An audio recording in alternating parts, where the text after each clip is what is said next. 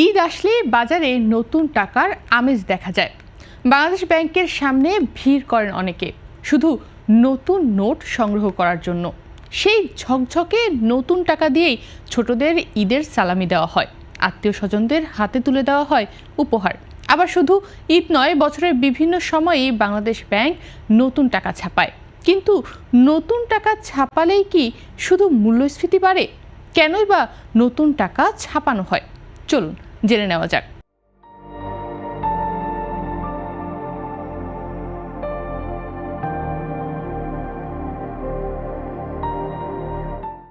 আসলে টাকা শুধু একটি কাগজ নয়, এটি একটি দেশের অর্থনীতির ওপর মানুষের আস্থার প্রতীক।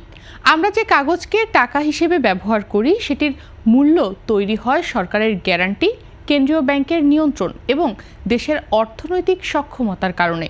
তাই কোনো দেশে কত টাকা ছাপানো হবে তা নির্ভর করে সেই দেশের অর্থনৈতিক কর্মকাণ্ড, উৎপাদন, বাজারে লেনদেনের পরিমাণ এবং মানুষের চাহিদার উপর। বাংলাদেশ ব্যাংকের মুদ্রানীতি অনুযায়ী যখন অর্থনীতির আকার বাড়ে, কলকারখানা বাড়ে, ব্যবসা বাণিজ্য ও প্রকল্প বাস্তবায়ন বাড়ে, তখন বাজারে লেনদেনও বাড়ে। ফলে মানুষের হাতে নগদ টাকার চাহিদা বাড়ে।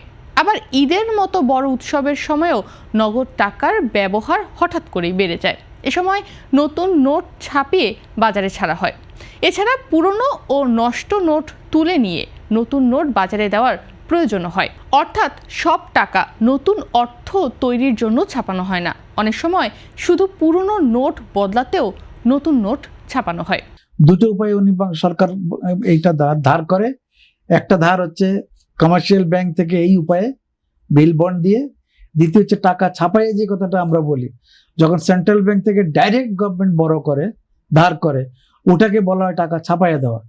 সেন্ট্রাল ব্যাংক তো কমার্শিয়াল ব্যাংকের মতো নয়, ওখানে তাদের টাকা পয়সার ছাপানোরও হিসাব আছে, আবার মার্কেটে কত টাকা চালু থাকে এটারও হিসাব আছে। আরেকটি গুরুত্বপূর্ণ বিষয় হলো, দেশের সব টাকা কখনো নগদে ছাপানো থাকে না। বর্তমানে অর্থনীতির বড় অংশই চলে ডিজিটাল বা অ্যাকাউন্ট ভিত্তিক লেনদেনে। মানুষ bank account, mobile banking, card বা অনলাইন ট্রান্সফারের মাধ্যমে লেনদেন করে। ফলে কেন্দ্রীয় ব্যাংকের সব টাকা কাগজে ছাপানোর প্রয়োজনও পড়ে না। বাংলাদেশের ব্যাংকগুলোতে যে বিপুল পরিমাণ আমানত রয়েছে, তার খুব ছোট একটি অংশই বাস্তবে নগদ টাকার আকারে বাজারে থাকে। আমাদের প্রায় 3.5 লাখ কোটি থেকে একটু বেশি টাকা ছাপানো থাকে বাজারে থাকে, কিন্তু এই 2.5 লাখ কোটি থেকে 2,70,85 এগুলো আপনারা দেখবেন যে কি পরিমাণ টাকা মার্কেটে আছে, এটা হিসাব রাখা হয়। তো ফলে বাংলাদেশ ব্যাংক থেকে যখন সরকার ধার করে, ওটা কিন্তু ওই টাকা ছাপানোর মধ্যে পড়ে এবং সেটা এক্সট্রা টাকা ওই সার্কুলেশনের বাইরে চলে আসে। নতুন টাকা ছাপানোর ক্ষমতা একমাত্র কেন্দ্রীয় ব্যাংকেরই আছে, যদিও বাস্তবে এই প্রক্রিয়া দীর্ঘ ও জটিল। বাংলাদেশ ব্যাংক যদি আজ নতুন নোট ছাপানোর সিদ্ধান্তও নেয়, তারপরেও বাজারে সেই টাকা পৌঁছাতে প্রায় 10 মাস পর্যন্ত সময় লাগবে। অর্থনীতির ভাষায় নতুন টাকা ছাপালে মূল্যস্ফীতি হয়। যখন একটি দেশের কেন্দ্রীয় ব্যাংক অতিরিক্ত নতুন টাকা বাজারে ছাড়ে, তখন মানুষের হাতে নগদের পরিমাণ বেড়ে যায়। কিন্তু একই সময়ে যদি বাজারে পণ্য ও সেবার উৎপাদন সেই হারে না বাড়ে, তাহলে বেশি মানুষ একই পরিমাণ পণ্য কিনতে চেষ্টা করে। ফলে চাহিদা বেড়ে যায়, কিন্তু সরবরাহ সীমিত থাকে। তখন ব্যবসায়ীরা পণ্যের দাম বাড়াতে শুরু করে।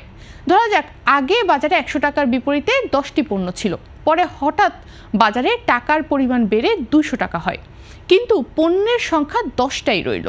তখন একই পণ্য কিনতে বেশি টাকা লাগবে, অর্থাৎ টাকার মূল্য কমে যায় এবং দ্রব্যমূল্য বেড়ে যায়।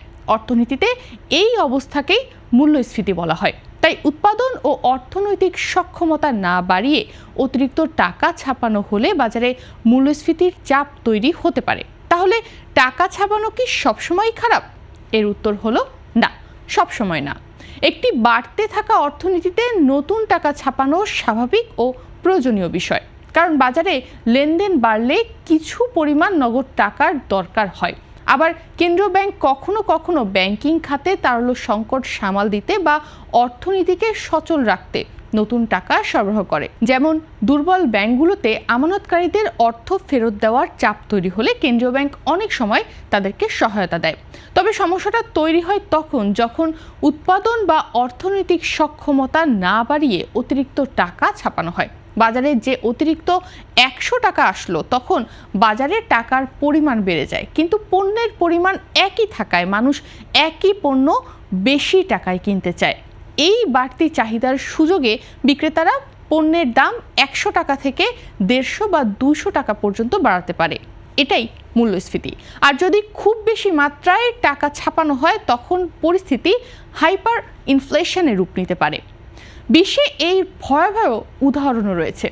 রয়টার্স সহ বিভিন্ন আন্তর্জাতিক গণমাধ্যমের সূত্রে জানা যায়, জিম্বাবুয়ে যুদ্ধ ব্যয় মেটাতে অতিরিক্ত টাকা ছাপিয়ে এমন পরিস্থিতিতে পড়ে যে 2008 সালে দেশটিতে মাসিক মূল্যস্ফীতি প্রায় ৭৯.৬ বিলিয়ন শতাংশ পর্যন্ত পৌঁছেছিল। বার্ষিক হিসাবে এটি ছিল কয়েকশো কোটি শতাংশেরও বেশি। মানুষ বাজারে ব্যাগ ভর্তি টাকা নিয়ে গিয়েও প্রয়োজনীয় পণ্য কিনতে পারছিল না। একইভাবে ভেনেজুয়েলাতেও বাজেট ঘাটতি মেটাতে অতিরিক্ত টাকা ছাপিয়ে ভয়াবহ মূল্যস্ফীতির মুখে পড়তে হয়েছিল। সেখানে একসময় টাকার মূল্য এত কমে যায় যে সাধারণ মানুষের কাছে খাবার কেনাও কঠিন হয়ে পড়ে। বাংলাদেশেও টাকা ছাপানো নিয়ে আলোচনা প্রায়ই সামনে আসে, বিশেষ করে যখন সরকার বড় অঙ্কের ঋণ নেয় বা ব্যাংক খাতে সংকট দেখা দেয়। কেন্দ্রীয় ব্যাংক যদি সরকারকে ঋণ দেওয়ার জন্য নতুন টাকা ছাপায় বা তৈরি করে তাহলে বাজারে তারল্য বাড়ে। স্বল্পমেয়াদে এতে সরকার কিছুটা স্বস্তি পেলেও দীর্ঘমেয়াদে মূল্যস্ফীতির চাপ বাড়তে পারে। আবার দুর্বল ব্যাংককে টিকিয়ে রাখতে অতিরিক্ত টাকা সরবরাহ করলে অর্থনীতিতে অতিরিক্ত তারল্যও তৈরি হয়, যা শেষ পর্যন্ত বাজারে পণ্যের দাম বাড়াতে ভূমিকা রাখতে পারে। টাকা ছাপানোর যদি একেবারেই গত্যন্তর না থাকে এবং সেটা যদি রিয়েলি ইম্পর্টেন্ট পারপাস হয়, অর্থনীতিকে কোনো বেনিফিট দেয়, কিছু সেটা অনেক দেশই মাঝে মাঝে ছাপায়, কিন্তু যতটা অ্যাভয়েড করা যায় অত ভালো। আর যদি ছাপাতেই হয়, কাউন্টার মেজার্স কি নিচ্ছেন সেটা খুব ইম্পর্টেন্ট। তবে অর্থনীতিবিদরা বলছেন সব টাকা ছাপানোই যে ভয়াবহ ক্ষতির কারণ হবে এমনও না। যদি সেই টাকা উৎপাদন, কর্মসংস্থান ও অর্থনৈতিক কর্মকাণ্ড বাড়াতে ব্যবহৃত হয় তাহলে তা অর্থনীতিকে সচল রাখতেও সাহায্য করতে পারে। কিন্তু যদি উৎপাদন না বাড়িয়ে শুধু খরচ মেটাতে বা লোকসান ঢাকতে টাকা ছাপানো হয় তখন সেটা বিপজ্জনক হয়ে ওঠে। টাকা ছাপানোর পর কিছু কাউন্টার মেজার নিতে হয়। আপনি অন্য দিক থেকে কিভাবে কিছু টাকা মার্কেট থেকে উইথড্র করে নিতে পারেন। সেন্ট্রাল ব্যাংকের বিভিন্ন অপারেশনাল অপশনস আছে, হ্যাঁ, সেটা রেপো, রিভার্স রেপো এবং এগুলোর মাধ্যমে আপনার স্টেরিলাইজেশন মেজার্স বলা হয়। আমি 20 টাকা ছাড়লাম, কিন্তু আমি কোনো না কোনো ভাবে 4-5 টাকা আরো উঠিয়ে নিলাম, তাহলে আমার 20 টাকার জায়গায় এফেক্টটা হলো 15 টাকা নতুন টাকা ছাপানো। এই ধরনের কৌশল আছে। বর্তমানে বিশ্বজুড়ে ক্যাশলেস বা নগদবিহীন অর্থনীতির দিকে ঝুঁকছে অনেক দেশ। বাংলাদেশেও কিউআর কোড, মোবাইল ব্যাংকিং ও ডিজিটাল লেনদেন দ্রুত বাড়ছে। ফলে ভবিষ্যতে ছাপানোর নগদ টাকার প্রয়োজন আরও কমে আসতে পারে। কিন্তু যতদিন নগদ লেনদেন থাকবে ততদিন নতুন টাকা ছাপানোর প্রয়োজনও থাকবে।